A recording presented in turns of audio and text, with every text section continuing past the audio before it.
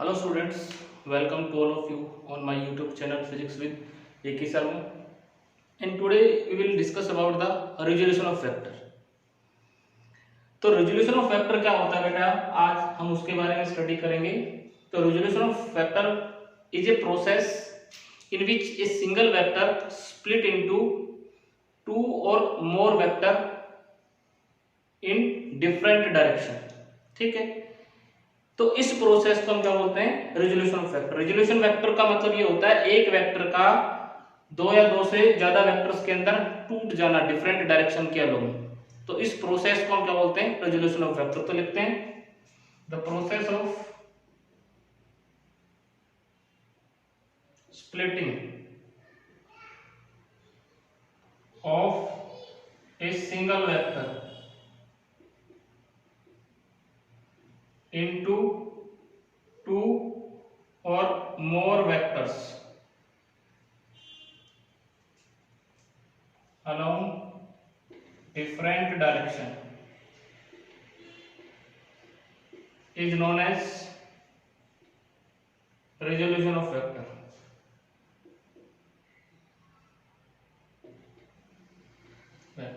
इसको हम बोलते हैं resolution of vector.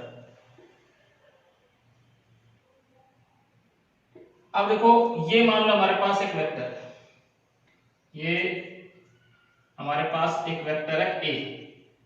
ठीक है. अब ये ए वेक्टर, ये एक ए वेक्टर और ये दूसरा vector, this is B vector और ये सी वेक्टर. ठीक है. तो ए वेक्टर जो है वो दो वेक्टर से मिलके बना हुआ है. कौन कौन सा, बी और सी वेक्टर, बी और सी वेक्टर. ठीक है. यानी कि हम लिख सकते हैं A vector is equal to B vector plus C vector, क्योंकि इसके अंदर triangular law of vector addition लगाए. तो ये इन दोनों का क्या होगा, रिजल्टेंट वेक्टर होगा. ओपी और पीक्यू का रिजल्टेंट क्या होगा, ओक्यू. तो ये उतना ही इफेक्ट प्रोड्यूस करेगा जितना ये दोनों मिलकर के प्रोड्यूस कर रहे हैं. ठीक है. तो हम ये कहें कि इसका इन दो वेक्टर्स के अंदर टूट जाना क्या कहलाएगा, रेजोल्यूशन ऑफ वेक्टर. और ये वेक्टर बी और सी क्या कहलाएंगे, component vector. The vector B and C are known as component vector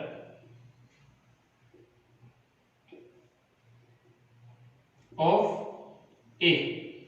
B और सी किसके कंपोनेंट है, ए की. यानी कि बी और सी वेक्टर जो है वो दोनों मिलके उतना ही इफेक्ट प्रोड्यूस करेंगे जितना ए प्रोड्यूस करे.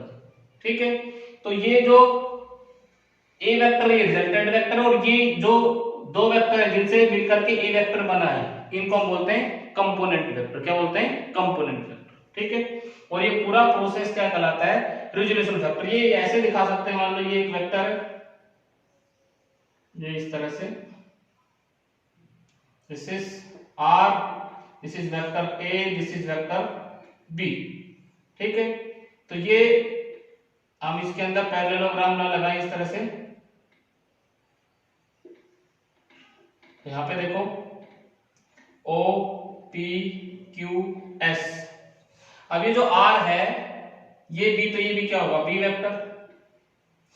तो आर वेक्टर जो है ये क्या है, रिजल्टेंट वेक्टर है ए और बी का. और ए और बी के हैं, ये इसके कंपोनेंट वेक्टर है. ए और बी के हैं component vector. Vector A and B are the component vector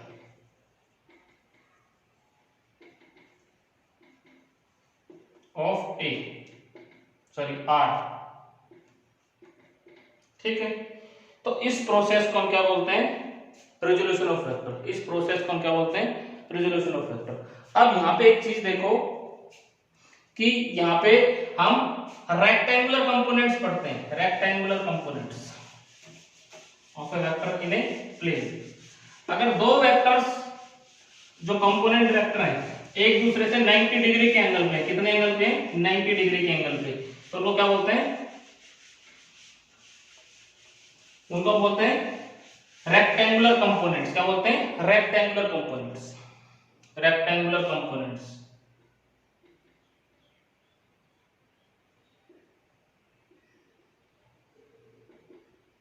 of a vector in a plane.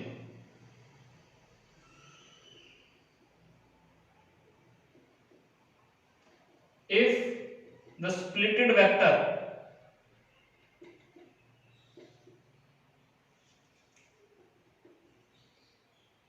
or component vectors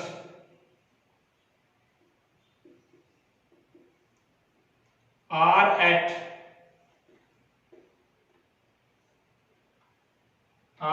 perpendicular to each other,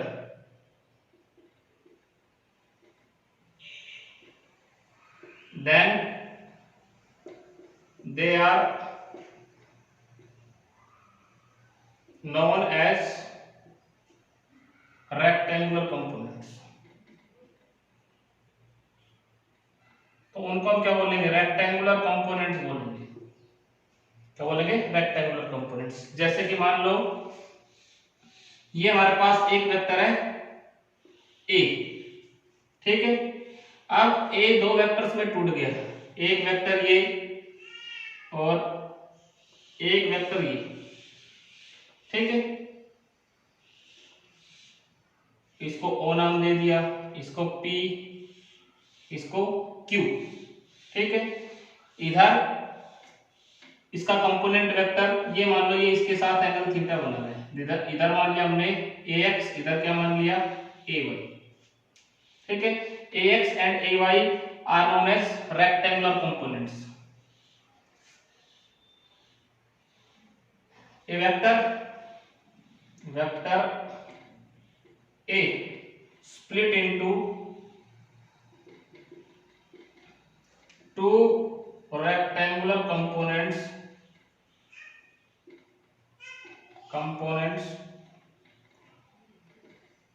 ax and ay, ठीक है। ए जो हमारा दो रेक्टेंगुलर कंपोनेंट्स में टूट गया ax एंड ay के अंदर, ठीक है। अब हम क्या लिख सकते हैं? ए वेक्टर किसके बराबर है? A vector is equal to ax plus ay, है कि नहीं? ax एंड ay, ठीक है। अब ये x डायरेक्शन, ये y डायरेक्शन, इधर यूनिट वेक्टर क्या होता है? i कैप, इधर क्या होता है? j cap. तो हम इसको ऐसे भी लिख सकते हैं ax vector is equal to i cap ax, और ay को हम क्या लिख सकते हैं? ay vector j cap ay। ये डायरेक्शन और ये मैग्नीट्यूड, ये डायरेक्शन और ये वेयर i और j क्या यूनिट वेक्टर है। i और j क्या है बेटा? Unit vector.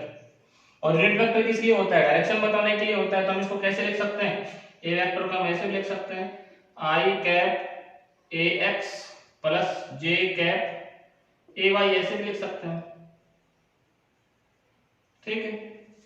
अब देखो यहां से, अब ax और ay को हम किस तरह से तोड़ेंगे? तो देखो यहाँ पे ये हमने ये पैरेललोग्राम बना लिया इस तरह से, इसको नाम दे दिया यहाँ पे Q, इसको S। तो यहाँ पे देखो इन ट्रायंगल OPS, इसमें हम क्या निकालें? इसमें साइन थीटा निकालें। साइन थीटा कितना आएगा? साइन थीटा, तो साइन थीटा बेटा आ जाएगा हमारे पास perpendicular PS divided by OS।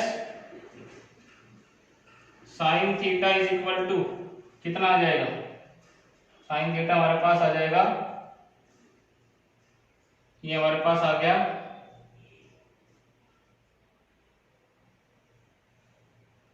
PS कितना है? PS हमारे पास PS कितना? ay के बराबर है, this is ay divided by OS a। तो ay कितना आ गया? ay is equal to a sine theta. ay कितना आया? इधर किस कंपोनेंट में टूटेगा? a साइन थीटा, ठीक है। इधर जो कंपोनेंट होगा वो कौन सा होगा, y डायरेक्शन में a sin थीटा। ठीक है, अब देखो इसी में cos थीटा निकाले तो cos थीटा कितना आएगा, cos थीटा निकालो, इसमें cos थीटा निकालते हैं, cos थीटा निकालो, cos थीटा इसी ट्रायंगल में cos थीटा निकालेंगे तो cos थीटा हमारे पास कितना आ जाएगा, cos थीटा हमारे पास आ जाएगा OP डिवाइडेड बाय OS, और cos theta is equal to OP कितना, AX, और ये कितना A, तो AX कितना आ गया, A cos थीटा। तो इधर किसमें टूटेगा, AX A cos थीटा, और AY कितना आ गया, A sin थीटा। तो A जो हमारा दो रेक्टेंगुलर कंपोनेंट्स में टूट गया, इधर कौन सा आया, A sin थीटा, इधर कौन सा आया, A cos थीटा, दोनों देखो 90 डिग्री पे। तो इसमें एक चीज ध्यान रखनी है, कोई भी वेक्टर है, मान लो ये एक फोर्स हमारे पास F, इसको दो रेक्टेंगुलर कंपोनेंट्स में तोड़ना है, तो इधर Fx आएगा, जिधर एंगल होगा, जिस साइड में एंगल होगा उधर किसमें टूटेगा, cos थीटा में, तो इधर F cos थीटा, और Fy कितना आ जाएगा, y डायरेक्शन में F sin थीटा। ठीक है, अगर ये एंगल इसके साथ होता, मान लो ये एंगल इस तरह से इसके साथ कैसे होता, ये F और ये एंगल ऐसे बनता थीटा, तो इधर आता F cos थीटा, क्योंकि जिधर एंगल होगा उधर किसमें टूटेगा, cos थीटा में, और इधर कौन सा आता, F sin थीटा। ठीक है, तो F cos थीटा और F sin थीटा दो रेक्टेंगुलर कंपोनेंट्स, एक है रेक्टेंगुलर कंपोनेंट्स, क्योंकि देखो ये एक दूसरे से कितने एंगल पे, 90 डिग्री। ठीक है, और यहां से हम ये भी लिख सकते हैं किस तरह से, ये देखो यहां पे देखो बेटा,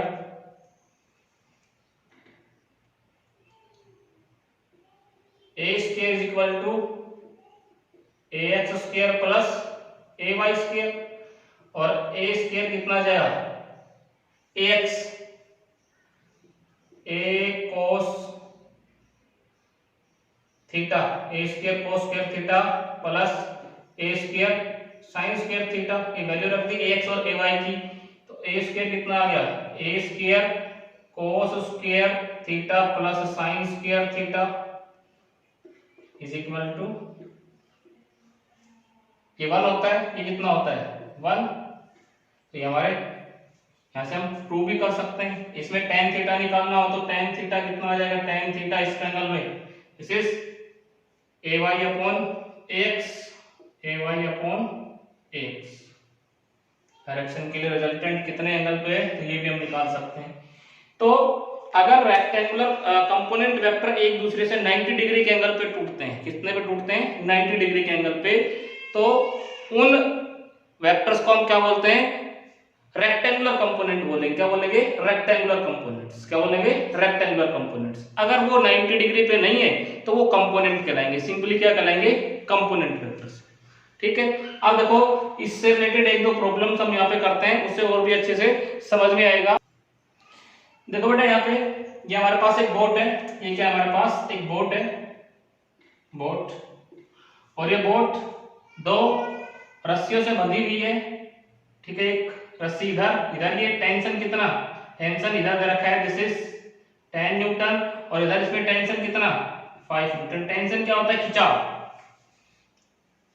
इधर इस रिजिड सपोर्ट से बंधी हुई है, एक रस्सी इस रिजिड सपोर्ट से बंधी हुई है, और दोनों यहाँ पे बंधी हुई है बोट के साथ। अब बोट को ये रस्सी किस टेंशन से खींच रही है, 5 न्यूटन से, और इधर 10 न्यूटन से। तो हमें क्या बताने हैं, कंपोनेंट्स वेक्टर बताने हैं T1 और T2 के y डायरेक्शन में। तो देखो यहाँ पे इस T1 को दो रेक्टेंगुलर कंपोनेंट्स में तोड़ सकते हैं। इस T1 को देखो, ये एक रेक्टेंगुलर कंपोनेंट इधर आ जाएगा, किधर आ जाएगा, इधर कौन सा आएगा, इधर T1 cos 37 x डायरेक्शन के अलॉन्ग और y के अलॉन्ग T1 sin 37 डिग्री। ठीक है, इसी तरह से इसके कंपोनेंट देखो, T2 के इधर कौन सा आ जाएगा, T2 sin 53 डिग्री, और यहां पे T2 cos 53 डिग्री। देखो ये इसको जिधर एंगल था हमने उसको कोस में तोड़ा, जिधर एंगल नहीं था उसको हमने साइन में तोड़ा। तो T1 को तोड़ा पहले, फिर T2 को तोड़ा। अब देखो हम y डायरेक्शन में निकालने component of T1 along y axis के अलोंग कौन सा कंपोनेंट है? T1 sin 37 degree. अब देखो sin 30 डिग्री और 53 की वैल्यू कैसे निकाल सकते हैं? तो इसके लिए एक स्पेशल ट्रायंगल होता है और ये याद रखना पड़ेगा बेटा। ये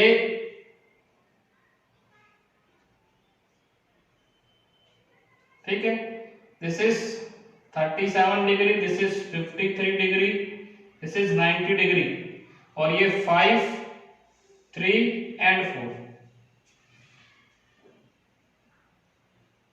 ओ ए बी ये ट्रायंगल बनता है।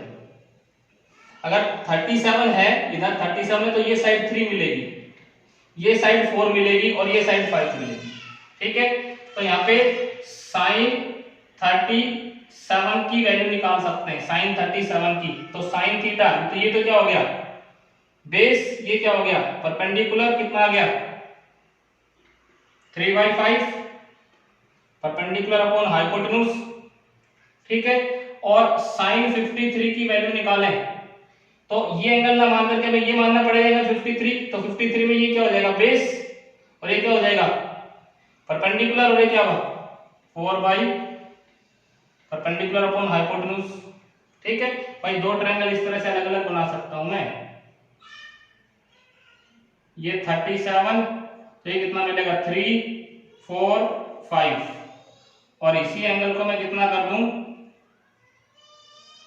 53, तो ये कितना 4, 3 एंड 5। मतलब बड़ी वाली साइड के साथ बड़ा वाला एंगल, सामने बड़ा वाला एंगल, और छोटी वाली अगर 37 है तो इसके सामने 3 या 53 है तो इसके सामने 4। यहाँ पे निकाल सकते हैं टी वाई कितना आ गया अलॉन्ग वाई एक्सिस। T1 कितना, T1 हमारे पास 10 और 37 sin 37 3/5 6 न्यूटन, कितना आ गया 6 न्यूटन।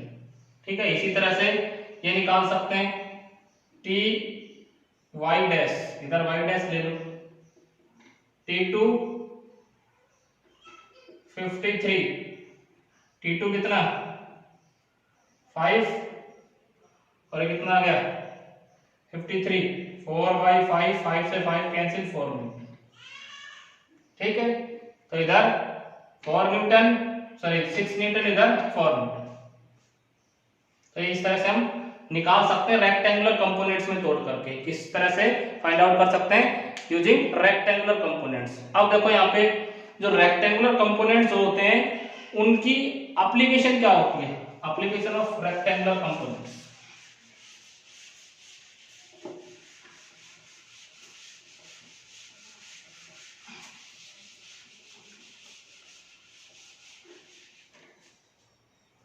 एप्लीकेशन ऑफ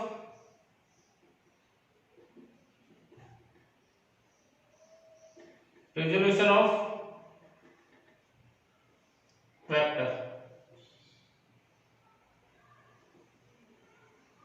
तो पहली एप्लीकेशन है walking of man.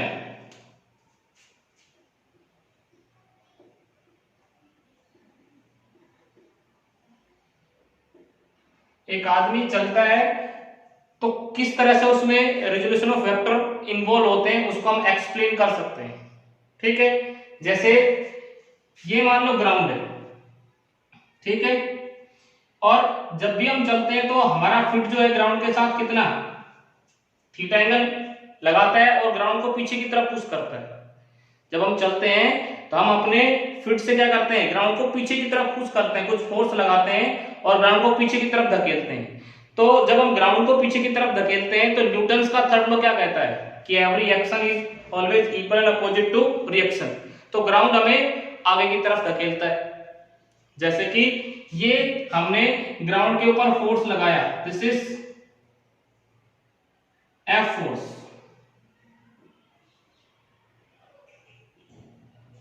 This is F. तो ग्राउंड हमारे ऊपर एक फोर्स लगाएगा, this is normal reaction R. यहां पे हमने अपने फिर से एक फोर्स लगाया, ये एंगल थीटा, ठीक है। तो इधर कौन सा कंपोनेंट आएगा, इधर आर कोस थीटा, इधर कौन सा कंपोनेंट आएगा, आर साइन थीटा, ठीक है।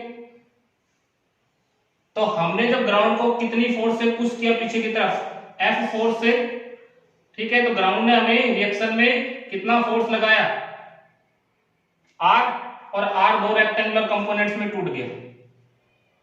आर किसमें टूट गया, दो रेक्टेंगुलर कंपोनेंट्स में। तो दो रेक्टेंगुलर कंपोनेंट्स में टूट गया, तो यहां पे देखो आर कोस थीटा, ये क्या करेगा, हमें आगे लेके जाएगा, और आर साइन थीटा हमारे वेट को बैलेंस करेगा। क्या करेगा, हमारे वेट को बैलेंस। तो यहां पे ड्यूरिंग वॉकिंग,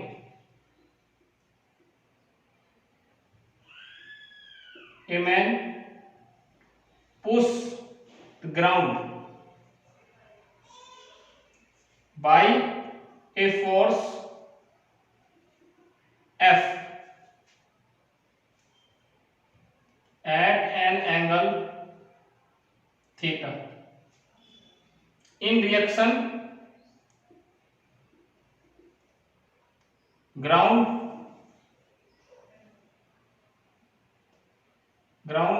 exert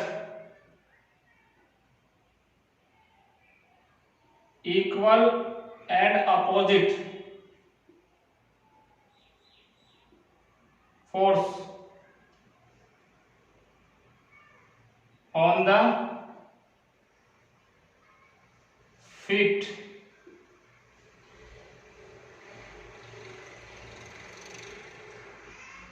ठीक है। So the normal reaction are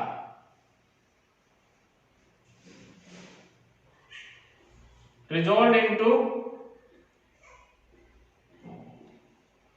two rectangular components,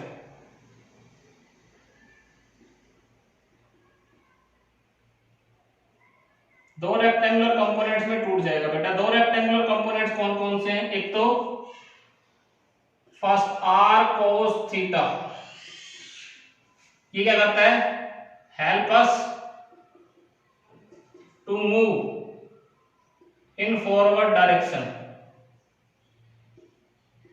ये आगे की तरफ धकेलेगा हमें। और R sine theta balance weight of the body, ये क्या करता है, बॉडी के वेट को बैलेंस करता है, और ये क्या करता है, ये हमें आगे की तरफ लेके जाता है। तो जब हम चलते हैं तो हम एफ फोर्स से ग्राउंड को पीछे की तरफ पुश करते हैं, तो ग्राउंड उतने ही एंगल पे हमें हमारे ऊपर एक फोर्स लगाता है आर, न्यूटन थर्ड लॉ से, और वो आर दो काम करता है, एक कंपोनेंट हमें आगे ले जाता है और एक कंपोनेंट हमारे बॉडी के वेट को बैलेंस करता है, ठीक है। तो ये पूरा प्रोसेस होता है वॉकिंग के अंदर, रिजोल्यूशन ऑफ वेक्टर, ठीक है। जैसे हम यहां से चलते हैं, ये इस तरह से पैर है, ये इस तरह से फोर्स लगाएंगे इधर नीचे की तरफ, तो ये नॉर्मल रिएक्शन लगाएगा पीछे की तरफ थीटा एंगल पे। ये हम इधर लगाएंगे तो ये पीछे की तरफ लगाएगा फोर्स, और ये दो रेक्टेंगुलर कंपोनेंट्स में टूट जाएगा, ठीक है। तो आर कोस थीटा आगे लेके जाता है, और आर साइन थीटा हमारे बॉडी के वेट को बैलेंस करता है, ठीक है।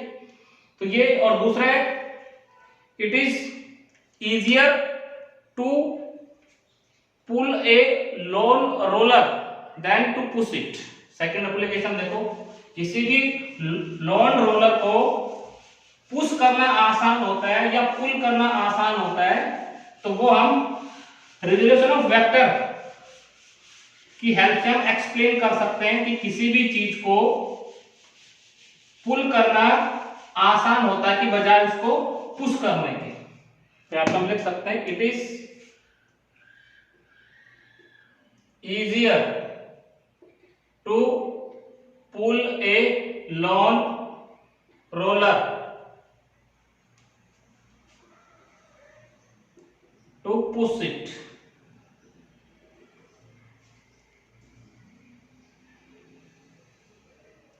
किसी लॉन रोलर को पुल करना ज्यादा आसान होता है उसको पुश करने की बजाय।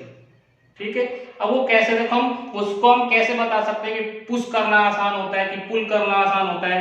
लॉन रोलर जो क्रिकेट की पिच वगैरह को फ्लैट करने के लिए यूज करते हैं, ठीक है, तो उसको कैसे पुश करना आसान होता है या पुल करना आसान होता है, हम इस कॉन्सेप्ट की हेल्प से एक्सप्लेन कर सकते हैं। तो पहला देखो, ड्यूरिंग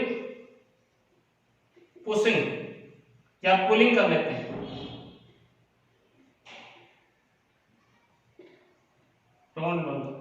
ठीक है, ये मान लो हमारे पास एक रोलर है, ये उसका हैंडल है। ठीक है, पुल का मतलब हम फोर्स इधर लगा रहे हैं थीटा एंगल पे। ठीक है, तो ये दो रेक्टेंगुलर कंपोनेंट्स में टूट जाएगी। इधर कौन सा, एफ कोस थीटा, और इधर कौन सा, F sine theta. Wait of the roller किधर काम करेगा, mg। ठीक है, वेट किधर काम करेगा, नीचे की तरफ। Force resolve into two rectangular components.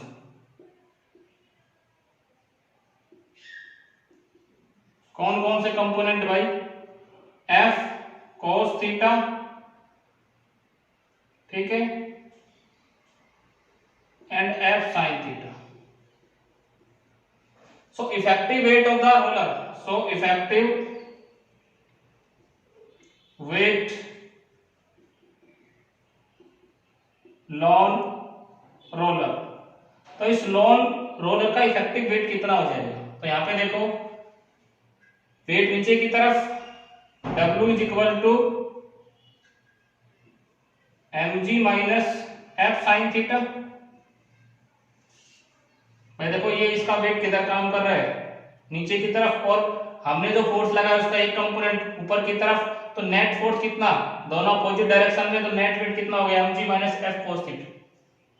ठीक है, अब दूसरा केस देखो,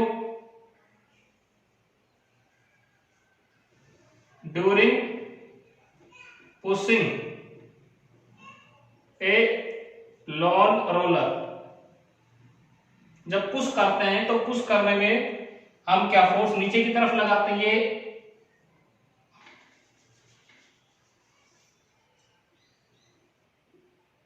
ये देखो उतना ही फोर्स लगाया, एफ नीचे की तरफ, एफ थीटा एंगल, ये भी थीटा एंगल, तो वेट इसका किधर, नीचे की तरफ रोलर का। अब ये एफ दो रेक्टेंगुलर कंपोनेंट्स में टूट जाएगा, एफ इधर, एफ कोस थीटा, और एक कंपोनेंट इधर, एफ साइन थीटा। ठीक है, तो यहां पे net effective weight of the roller, net effective weight of the lawn roller कितना हो जाएगा, यहां पे देख सकते हैं बेटा, mg भी नीचे और f sin थीटा एक कंपोनेंट वो भी नीचे, तो this is w dash is equal to mg plus f sin theta. ठीक है, अब यहां पे देखो, w डैश जो है वो w से क्या है ज्यादा, इधर वेट क्या हो गया कम, और इधर क्या हो गया ज्यादा। जब पुश कर रहे हैं तो वेट बढ़ गया इसका, और जब पुल कर रहे हैं तो वेट कम हो गया इसका। और वेट जो होता है directly proportional to friction, weight क्या होता है, डायरेक्टली प्रोपोर्शनल टू फ्रिक्शन। तो इस केस में फ्रिक्शन फोर्स ज्यादा लगेगा, इस केस में फ्रिक्शन फोर्स कम लगेगा।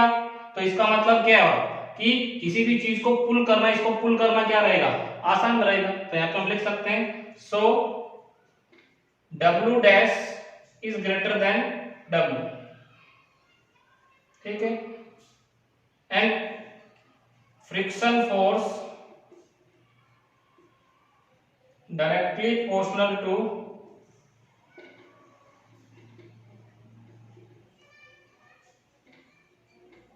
weight of the roller, ठीक है। So in case of pushing,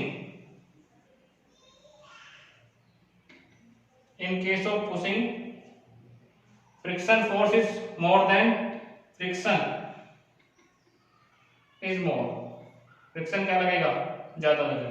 इसीलिए किसी भी लोन रोलर को पुल करना आसान होता है बजाय कि उसको पुश करने की, ठीक है। पुश करेंगे तो क्या, हमें ज्यादा फोर्स लगाना पड़ेगा, पुल करेंगे तो उसको कम फोर्स लगाना पड़ेगा। और वो हम किसकी हेल्प से, रेक्टेंगल, क्योंकि इसमें देखो वेट तो नीचे की तरफ काम करेगा, इसमें हमारा component F sin theta weight के अपोजिट होगा, इसमें हमारा F sin थीटा वेट के अलोंग होगा। तो यहाँ पे इफेक्टिव वेट ज्यादा होगा, यहाँ पे इफेक्टिव वेट कम होगा, ठीक है। तो इस केस में फ्रिक्शन फोर्स कम काम करेगा, इस केस में फ्रिक्शन फोर्स ज्यादा लगेगा, ठीक है। तो हमें पुल करना आसान रहेगा बजाय कि पुश करने, ठीक है बेटा। तो आज के लिए इतना ही, इसे नेक्स्ट जो कॉन्सेप्ट है वो नेक्स्ट लेक्चर में डिस्कस करेंगे। Thank you.